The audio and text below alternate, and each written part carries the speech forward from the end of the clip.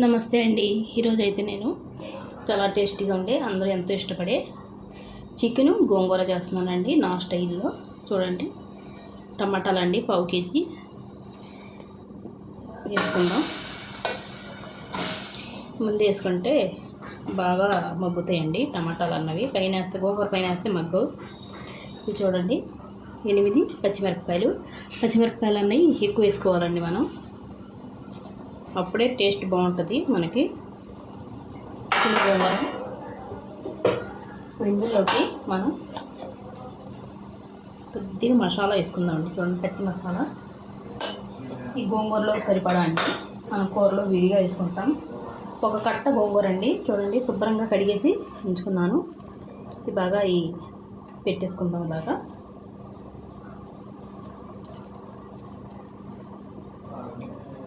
ఇదైతే గోంగూర ఉడికిన తర్వాత చూద్దాం మనం.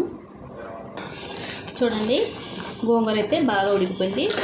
మనం టమాటా ముక్కలు పచ్చిమిరపకాయలు కింద వేసాం కదండి, గోంగూర పైన వేసుకున్నాం కదా, చూసారా పచ్చిమిరపకాయలు కూడా బాగా మగ్గిపోయాయి. ఇందులో మనం గోంగూరకు తగినంత ఉప్పు వేసుకుందామండి. మనం కూరలో వేరే వేసుకుంటాం కదా, గోంగూర సరిపడా చూసుకొని వేసుకుందామండి. మరి ఉప్పుగా ఉన్నా కూడా బాగుండదు కదా. కలిపేసుకుంటే ఇలాగా చల్లారి పెట్టుకుందామండి. చూసారా, పెద్దగా పెట్టుకుని కొద్దిగా నీళ్ళు ఇంకానండి. నేను కొద్దిగా వేసానండి నీళ్ళు. మనం గోంగూర కడిగితే ఉంటాయి కదండి, ఆ నీళ్ళు అయితే సరిపోతాయి. చూడండి, ఇలా ఉడితే సరిపోద్దండి. ఇప్పుడు ఈ గోంగూర మనం చల్లారి పెట్టుకుందాం.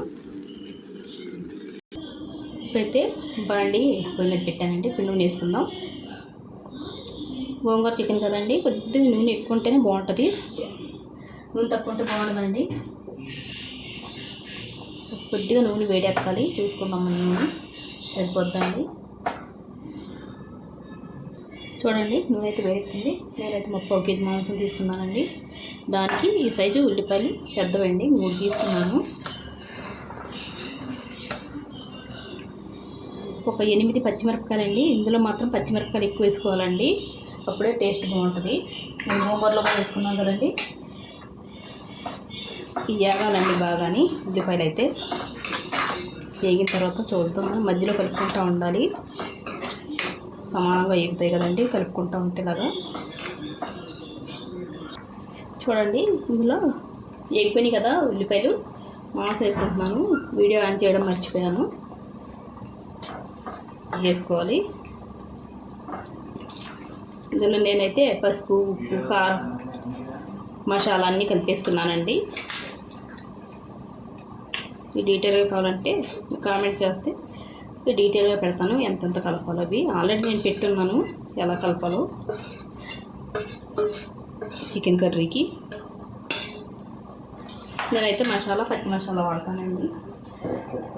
ఎల్లుల్లిపాయలు, అల్లం, ధనియాలు, జీలకర్ర, గసగసాలు, యాలకులు ఇవన్నీ వేసుకుంటాను. వేసి మొత్తం అన్నీ నూరుకొని ఉంచుకుంటానండి నేను. పచ్చి మసాలా, జీలకర్ర వేయనండి నేను, జీలకర్ర వచ్చేసింది. మసాలాలో జీలకర్ర వేస్తే బాగుండదు మాంసం కూరలు అట్లలో, తాలింపుల్లోకి అట్లకి. చేపల కూర అయితే అప్పుడు వేసుకుంటానండి నేను. మాంసంలోకి అయితే అసలు జీలకర్ర వాడను నేను. చూడండి, బాగా కలిపేసుకుని మనం నూనెలో బాగా మగ్గనివ్వాలి. ఈ మాంసంలో నుంచి మనకి నీళ్లు బయటకు వచ్చేయాలండి. బయటకు వచ్చి బాగా ఉడికితే బాగుంటుంది. నేనైతే ఇది అరగంట ముందు నానబెట్టి ఉంచుకున్నాను మాంసంకి. అన్నీ కలిపేసుకుని మసాలాలన్నీ ఉడికిన తర్వాత చూద్దామండి. మధ్యలో కలుపుకుంటూ ఉండాలండి. చూడండి, నూనె పైకి తేలే వరకు ఉడికింది. మాంసంలో నీళ్ళన్నీ బయటకు వచ్చేసాయి. ఇప్పుడైతే మనం ఇందులోకి పచ్చిమిరపకాయలు వేసుకుందామండి. మరి ముందే వేసుకుంటే నలిగిపోయినట్టు అయిపోతాయి, మరి మెత్తగా వేగిపోయి పచ్చిమిరపకాయలు కనిపించవు, బాగుండవు. ఈ టైంలో వేసుకుంటే మనకి బాగుంటాయి. ఒక్కొక్క 2 నిమిషాలు వండుకుందామండి. ఇప్పుడు నీళ్ళు వేసుకుందాం. చూడండి ఇది బాగా నూనెలో ఉడికింది కదా. ఇప్పుడు మనం ఇందులో ముక్కలు ఉడికేలాగా నీళ్ళు వేసుకుందాం. పావు గ్లాస్ వేసుకున్నానండి నీళ్ళు. అయితే ఆల్రెడీ మనం ఎక్కువసేపు నానబెట్టాం కదండి, మసాలా అవి కలిపి బాగా నానుతుంది. ఇప్పుడైతే ఉప్పు అయితే సరిపోయిందండి కరెక్ట్గాని. మూత పెట్టి వండుకుందాం. చూడండి ఈ నూనె తేలే వరకు ఎలా ఉడికిందో అలా వండుకోవాలండి. ఇప్పుడు మనం ఇందులోకి చూసారా మిక్సీ పట్టుకున్నానండి గోంగూర వేసుకుందాం. ఇందులోకి జస్ట్ కొద్దిగా సిమ్లో పెట్టుకుందాం స్టవ్. గోంగూర ఒక పెట్టేద్దండి ఇందులో వేసుకోవాలి. చూసారా